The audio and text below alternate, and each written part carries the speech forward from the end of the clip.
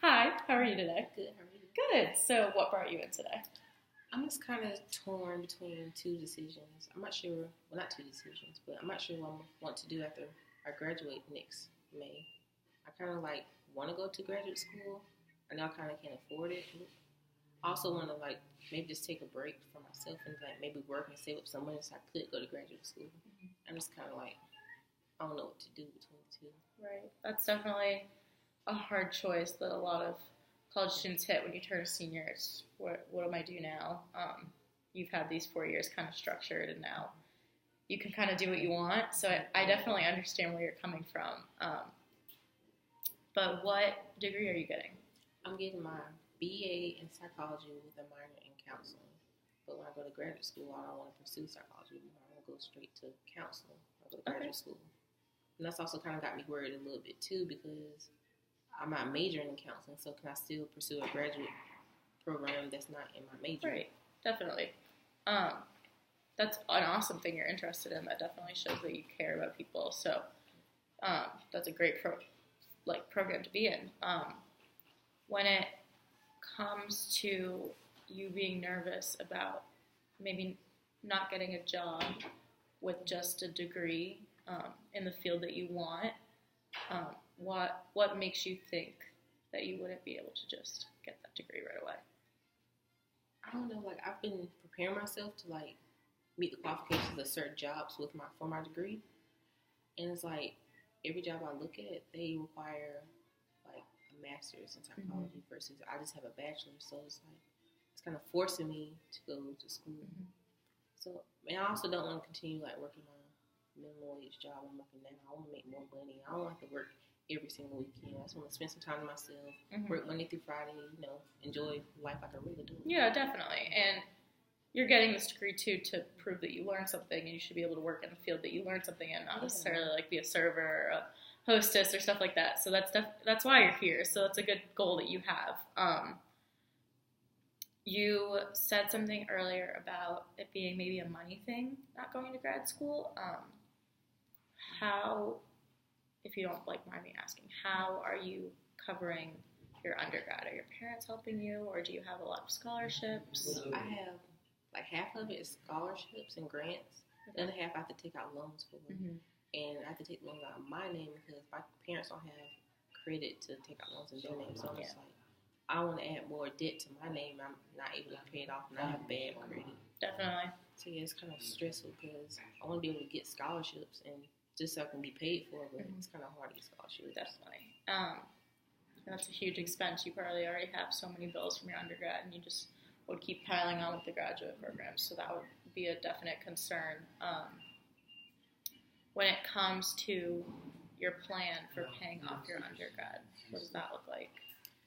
Well, basically, if I keep working the way I'm working now and don't go straight to graduate school, I could afford the monthly payments, but I'm not sure how it's going to work if I do decide to go to graduate school. I know I haven't accrued that many debts now as an undergrad. I'm just scared it's going to triple and double or triple when it goes to when I go to graduate school.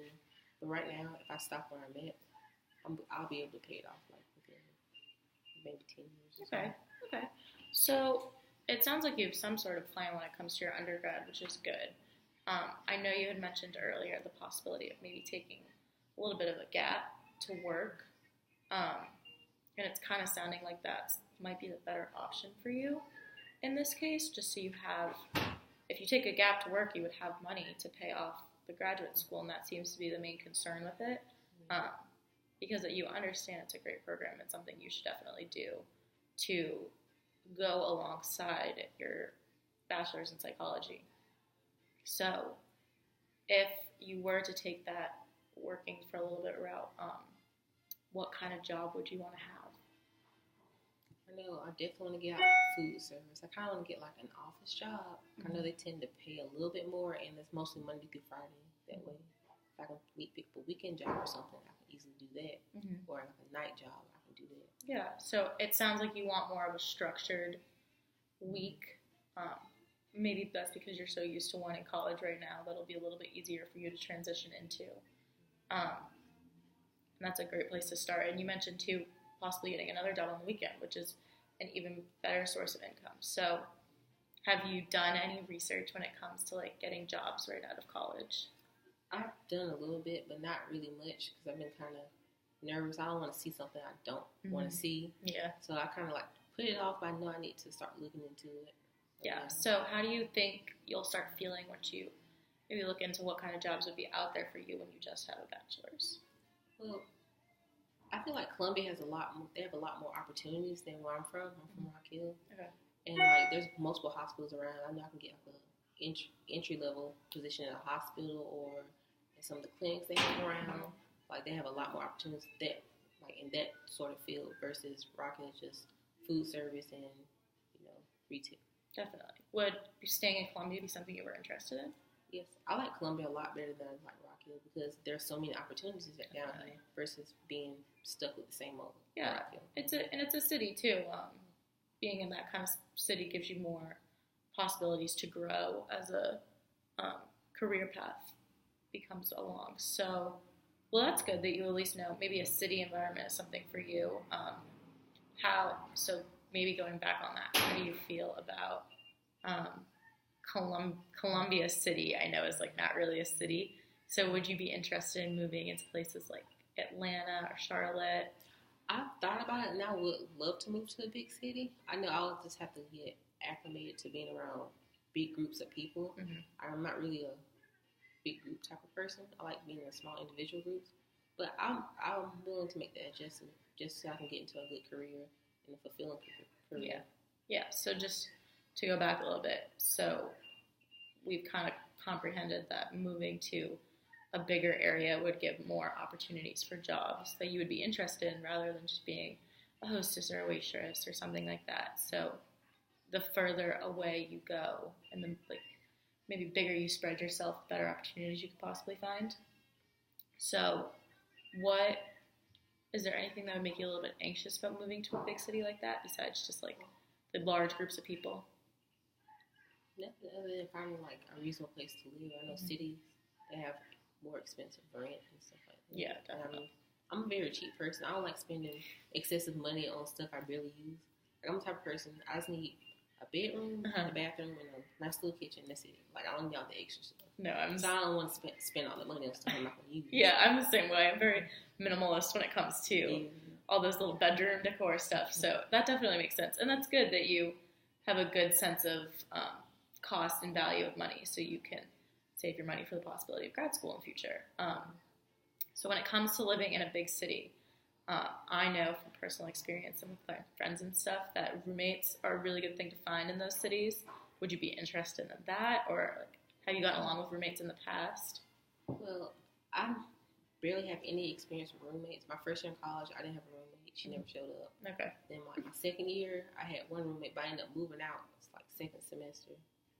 So I'm not really sure how to live with other people, but I'm very open to like, working with somebody and living with somebody. Yeah, and I think you seem like you would be okay in an environment with somebody else. And the possibility of having a friend in a new city too helps you get accustomed to the city and kind of grow into that position. So a roommate wouldn't be the worst thing in the world to have for you, definitely, and would also help minimize that cost kind of thing. Mm-hmm. So just to go back a little bit, where are we feeling? We've kind of weighed out a little bit of the pros and cons of grad school versus taking a little bit of time off. But grad school is the ultimate goal, correct? Yes. Okay. So where are we feeling right now?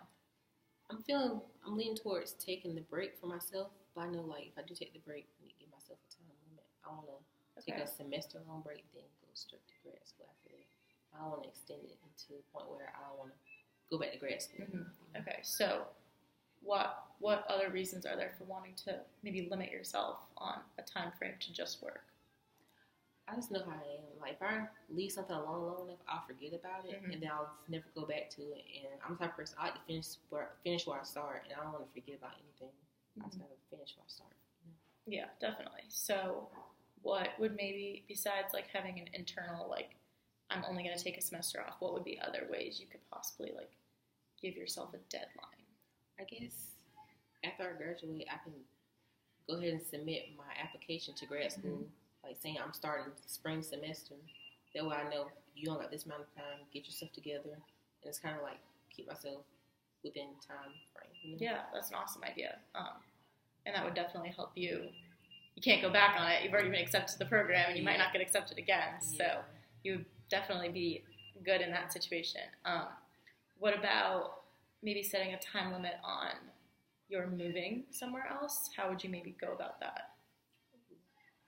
See, I don't know. If I do move, I'll have to move like as soon as I graduate, so I can be back by spring semester. Or I could just like maybe stay in Columbia and just work with what I got. Like kind of just build my name around Columbia. Yeah. That way I can find a really good job once I actually do graduate school. Definitely. So where around Columbia do you live right now? I live down near the stadium. Okay. Is you have a lease or in an apartment kind of thing? Yeah. Okay. So how long is your lease typically? It's a year. A year. Okay. So maybe a possibility if you were to stay in Columbia or move to a different city would be finding a 6-month lease. That way you're locked in for 6 months and then you have nowhere else to go. You got to go to grad school kind of thing. So does that sound like maybe something you could work with? Yeah, I could work with it. Okay. So let's go back a little bit and just sum up everything we just talked about. So you are going to get an awesome degree next year, and that's going to be so great for you. But you're kind of stuck between knowing you need to go to grad school, but also knowing you might need that time off just to build yourself up financially even more. And I think we've kind of set on that you definitely need that financial stability when you go into grad school. So we're looking at options of getting that money within a certain time frame so you make sure you go back to grad school and get that degree and are able to continue in the clinical psychology field. But also staying somewhere where you feel comfortable and are ready to make that big change. Does that sound right? Yeah. Okay, awesome. Do you feel a little bit better about it today? Yeah, I feel a lot better. Awesome. I'm glad to hear that. Well, we will talk about it again next time, and I will see you then.